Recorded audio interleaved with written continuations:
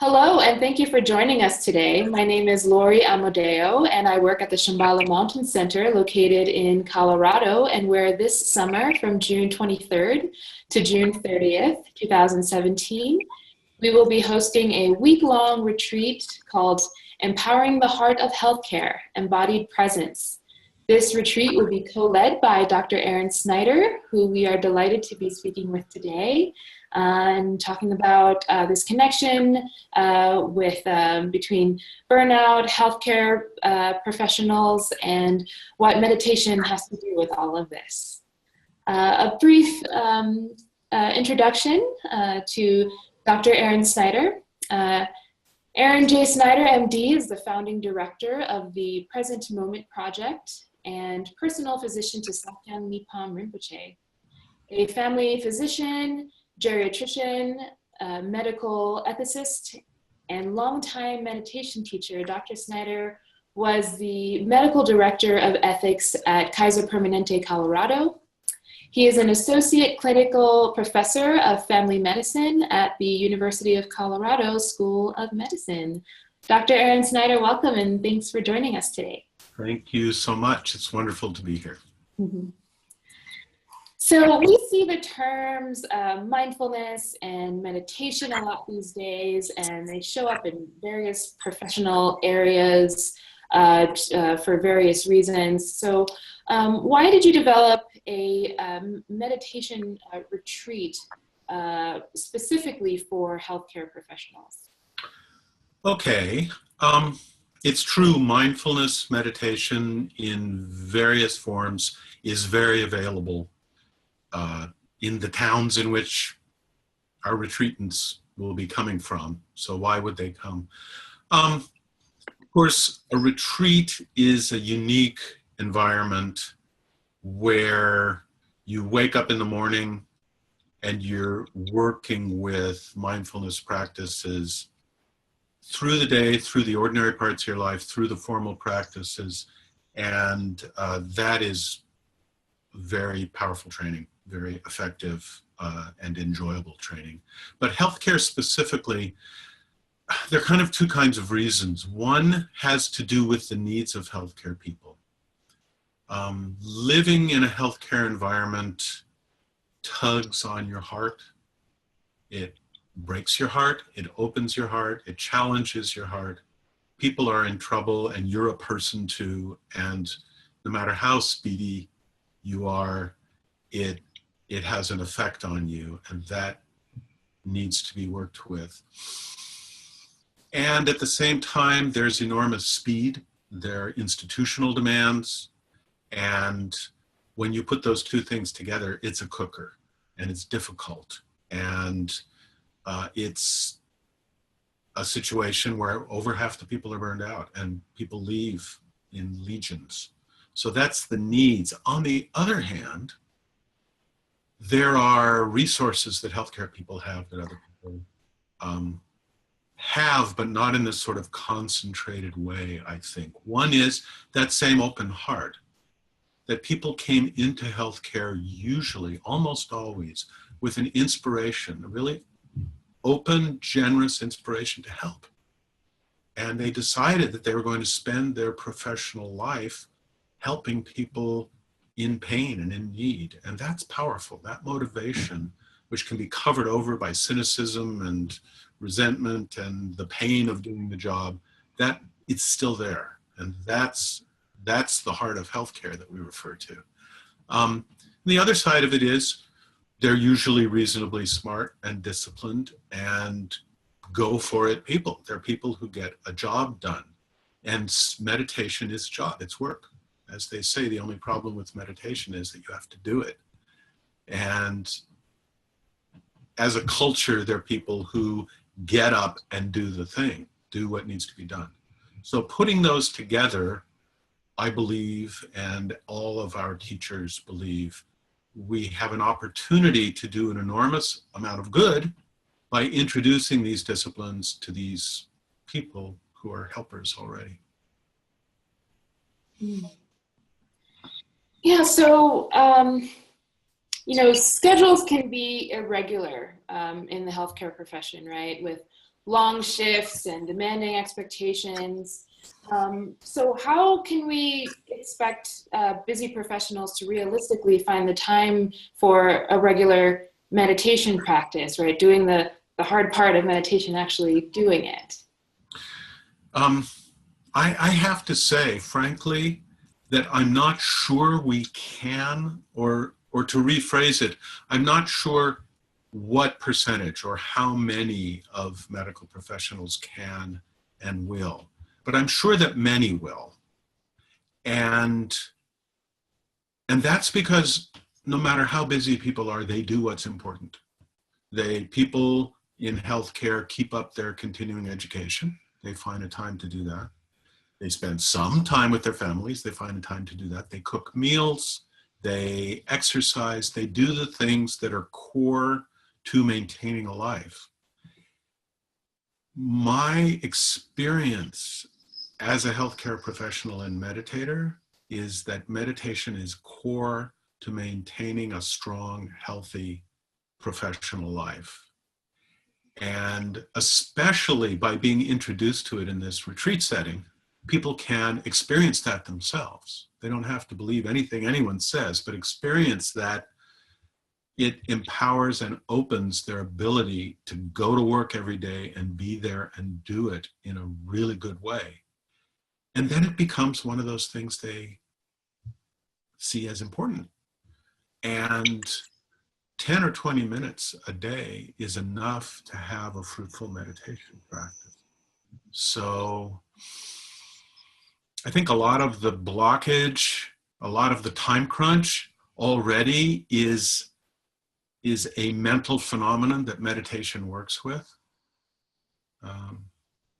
There's a saying about baseball that I would paraphrase from that great Yogi Berra, that 90% of your time crunch is mental, and the other half is schedule. And meditation can work with that 90% that's mental, so that there is actually a meditation saying that if you have the time, you should meditate 20 minutes a day. And if you don't have the time, you should meditate for an hour a day. And that's that we create our own time crunch. Now, there's a limit to that. Obviously, anybody who's seen a hospital nurse's 12-hour shift schedule, what she has to accomplish or he has to accomplish, knows there's a real time crunch. But a lot of it is actually opened up and made more spacious by meditation. So when we're meditating, it feels like this thing that even for 20 minutes or an hour, sounds like something that one could just add on to the list of things that we have to do and that we need to do, and like maybe it's good for us, but it could also kind of add to the stress of of what we're trying to do in our daily lives. What's the kind of what's the benefit of meditation, and why would we dedicate this time to meditate, knowing that we have other demands in our life that require our time? Yeah, that's a core question. So you said something like this added thing could add to the stress of the things we need to do. And that was well said, because the things we need to do are just the things we need to do. If you go to an amusement park, usually you might want to ride 17 rides, and you decide which ones, and then you run from place to place all day doing it, and you dig it, you love it, because it's something you want to do. It's the stress of the things that we need to do that's the issue. You can have one thing on your schedule, which is to tell somebody close to you something they don't want to hear, and you can stress about it all day, and you can have a miserable day, and you can burn out over just that. So meditation, what is the benefit of meditation? That is kind of the core question, if I can answer that. There is a way in which things are healthy and wholesome and actually right, in spite of the fact that there is always a way, and especially in healthcare, and especially in this world we live in, a way in which things are definitely not right. You know, we're in healthcare because we're asked to repair things or prevent things that are bad. It's not Disneyland, it's dealing with things that are bad. And at the same time, there's a basic, wholesome ground that we all depend on without even thinking about it, and often without being aware of it. There is actual potential, actual experience of communication, of heartfelt communication. We enjoy our colleagues, we enjoy our patients often. You and I can have a conversation that's true and hear each other. And there's just the fact that we have a body, that we can move, that we have that vitality, we're alive, we have hands and feet and eyes, that you could say, well, duh, we do, of course we do, we wouldn't be talking, but that's precious, if not a miracle, that we actually are here and can do something. And that never goes away. And we have the potential to deeply feel what other people feel, to understand things, to have insight. These are strengths that our whole life is based on that we don't relate to a lot of the time. And we cover those things with the term basic healthiness or fundamental healthiness or fundamental vitality. Meditation is a path back to that in a distracted, blamey, burnout-y day that all of us have. All of us go back and forth. All of us have moments. You know, I was pre-med and cramming for my Chem 1B test and feeling mildly crazed and unhappy, and predictions of how badly I would do. And it's a big state school, 500, 700 people in the class, and I'm blah, blah, blah, blah. And my wife went into labor when I was cramming for the test.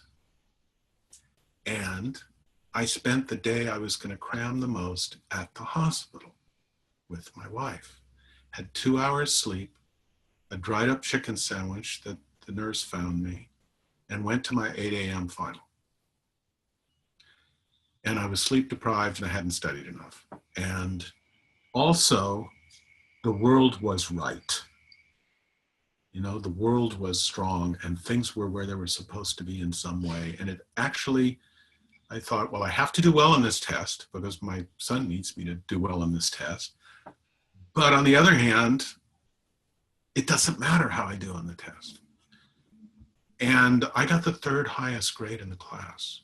I remembered answers to questions that I hadn't written in my notes, but I'd heard in a lecture. It was crazy. Because I was living that vitality that's like underlies where we are all the time. And I would not recommend having a child every morning, though it's good to do once in a while. But I would recommend that meditation actually brings us back to that decent, good ground that we all have, whether we pay attention to it or not. Does that answer your question? It answers my question. It definitely addresses kind of the benefits of meditation, and also brings up more questions about how it's very easy to feel these pressures, whether it is to, you know, take an exam or do well, or, you know, be there for a patient or be there for your family. So yeah, sometimes the expectations and the demands feel very like outside of ourselves, but it sounds like what you're talking about with this notion of basic healthiness is coming back to the core of how things are, of reality, of our natural state of being, regardless of kind of what's happening and shifting around us. It's a subtle point. It is a subtle point, because I'm not talking about removing ourselves from the horrors of the day in order to kind of find our calm center and be happy. That is a technique. It's a path technique. It's a good thing to be able to do. But being there, being in the moment as a healthcare provider means being in some pretty bad moments in the relative sense, in the sense of like, I mean, you could say nothing's good and bad. That's a little irrelevant in the middle of your workday. It's bad. When someone is bleeding on the floor and crying, it's bad, you know, whatever it is. Staying with that, it might be counterintuitive that staying with that instead of avoiding it prevents burnout. That it's empowering to yourself and sustaining to be with it rather than to pull ourselves away from it. And that's not easy to explain. One analogy that helps me, and it's an analogy for a lot of us in a lot of things, second sports analogy. Some of my heroes, sports heroes, are like not new, but well-experienced, great basketball players. And you see them play from behind in the fourth quarter. And there is a joy of working with being behind, of working with what's happening. And then say they get a bad call from the ref. It's completely unfair. It is wrong. The players who at that point freak out and blame the ref and get ejected from the game are the ones who burn out. The players who take whatever kind of insult and difficulty that comes along as food for their game are the ones who play, you know, as long as their knees will work, who play till they're old. And that's true in healthcare people, for sure, as having done it for decades and watched people. The people who get involved in whose fault is it? Some blame themselves, some blame others. But the whole idea of removing the immediacy by making up a story and getting obsessed with the story, that's what causes burnout. Staying in the game, staying on the dot is difficult, and none of us does it all the time, but it is something you exercise those muscles. You learn how to do that, and you learn how to do it by a combination of meditating, doing mindfulness practice, doing other practices that engage our courage and our mental stability, some of which are Shambhala practices almost only, and heart-opening practices. And this whole, it's like a training regimen that allows us to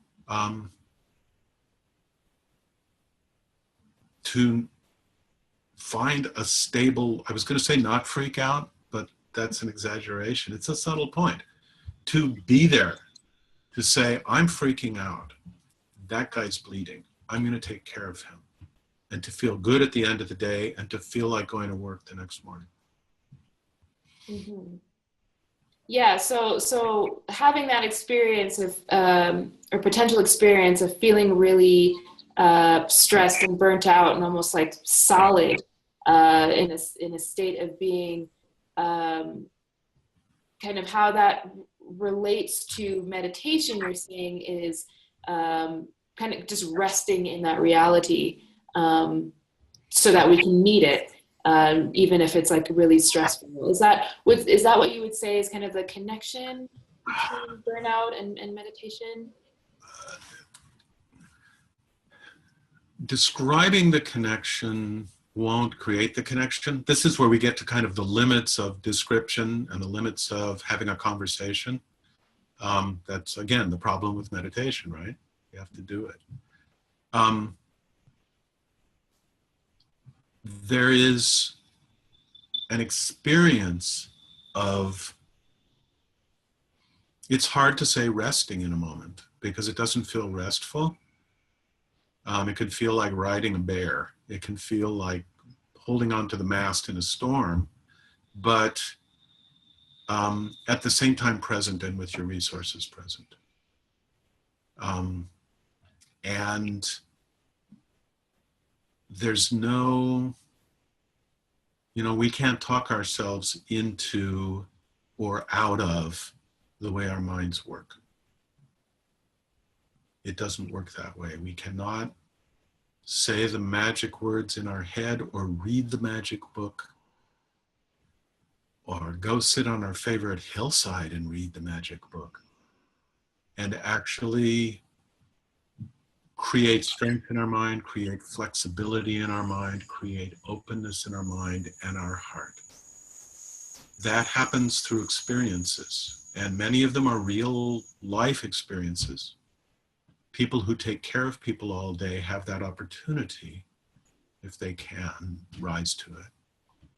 And meditation can provide experiences that build those muscles. And the description is a pointer, but the description is useless by itself. It'll make you feel good for a second. It's sort of like when you buy a lottery ticket and you imagine being rich, at least when I buy a lottery ticket and I imagine being rich. And for a moment you have this sort of feeling of, oh yeah, I'll do this and that. And oh yes, I'll be very generous. And oh yes, I will do that thing with my house. And then you go, wow, this is getting really claustrophobic and stupid because I'm not rich and this reminds me of that. So thinking about meditation is like buying a lottery ticket. Meditating is like winning the lottery. I'm exaggerating. I mean, that's kind of hyperbolic, but you know what I mean. Yeah, sure. And so I also imagine that, as the stresses of one's work life kind of come up, and we might actually feel like we need a strong and drastic remedy, for lack of a better word. So is meditation and mindfulness, is that enough to make a difference in our work lives? That's a very, very good question. Mindfulness is the ground of everything. Mindfulness practice is simply being present. Mindfulness and awareness is like the difference between sitting at a stoplight and missing that it turned green and seeing that it turned green. It's the difference between bumping into walls and not. It's really simple. And it's really difficult in stressful situations to be present. You spin out in your thoughts. We spin out in our thoughts. So mindfulness is the ground of anything. You can't even start working with building strength in your mental processes without a ground of mindfulness. If you take simply mindfulness and awareness into very challenging situations, you'll just be aware of the fact that you're freaking out and mindful of the fact that the life sucks. And that's not sufficient. However, mindfulness is one meditation practice. And there are other practices that are important, that the ones I referred to that have to do with stabilizing and sort of almost in creating courage, almost creating the ability to go forward into these challenging situations, and heart opening practices, compassion practices. You don't want to start a compassion practice without some stability and then go into a cancer ward. That's not a good idea. But you do, with the stability practice, definitely want to open your heart when you're working on a cancer ward. And there are practices that actually we do in the course of our work. There are practices that take a few seconds, that bring us back, that remind us, that empower us on the spot, that are part of the training that Empowering the Heart of Healthcare offers, so that the link is made, the bridge is made between what happens in a meditation situation and what happens in a crazy clinical situation. And all of it, I could describe in detail all the things we do, and it wouldn't do any more good than describing a hot dog would do you good if you were hungry. You actually need to eat the stuff. You need to do the practice. Simple enough, right? You just have to do it. No.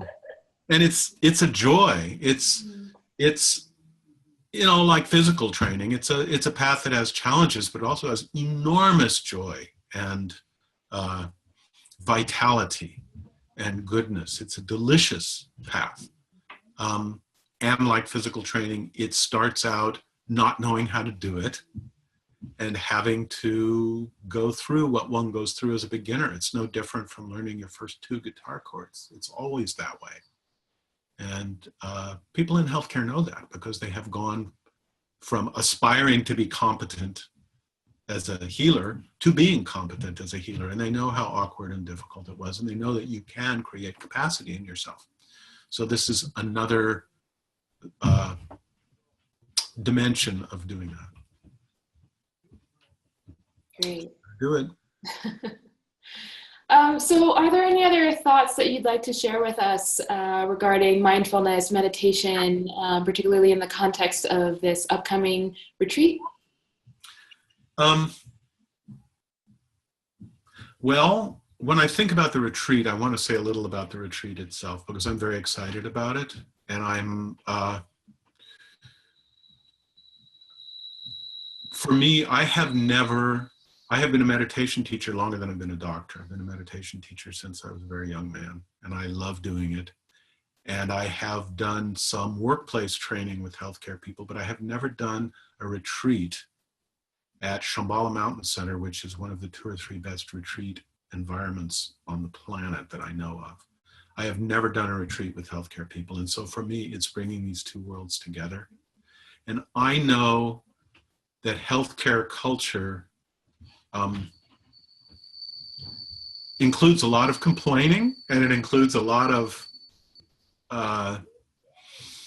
eye rolling and a lot of testiness, but it also includes incredible cohesion and compassion and humor of the most productive, insightful type. And it's a real family. A good unit, a good healthcare unit is a family. And I'm so looking forward to bringing people together and introducing this method that without which I couldn't have been a doctor myself with my particular characteristics. Introducing this to my healthcare colleagues is a very happy occasion for me. Mm-hmm. That's the only thing else. Wonderful. Thank you. We're looking forward to that. Really bridging these 2 worlds. Yeah. Dr. Snyder, thank you for taking the time to speak with us and sharing a bit about the relevance of meditation in this healthcare profession. Thank you so much for the opportunity to think these things through and to say them and to get them recorded so people can hear them. I really appreciate it. My pleasure. Once again, the week-long retreat, Empowering the Heart of Healthcare Embodied Presence, will be held at the Shambhala Mountain Center from June 23rd to June 30th, 2017. Thank you all for tuning in with us.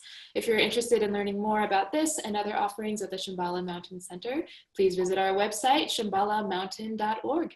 We'll see you on retreat.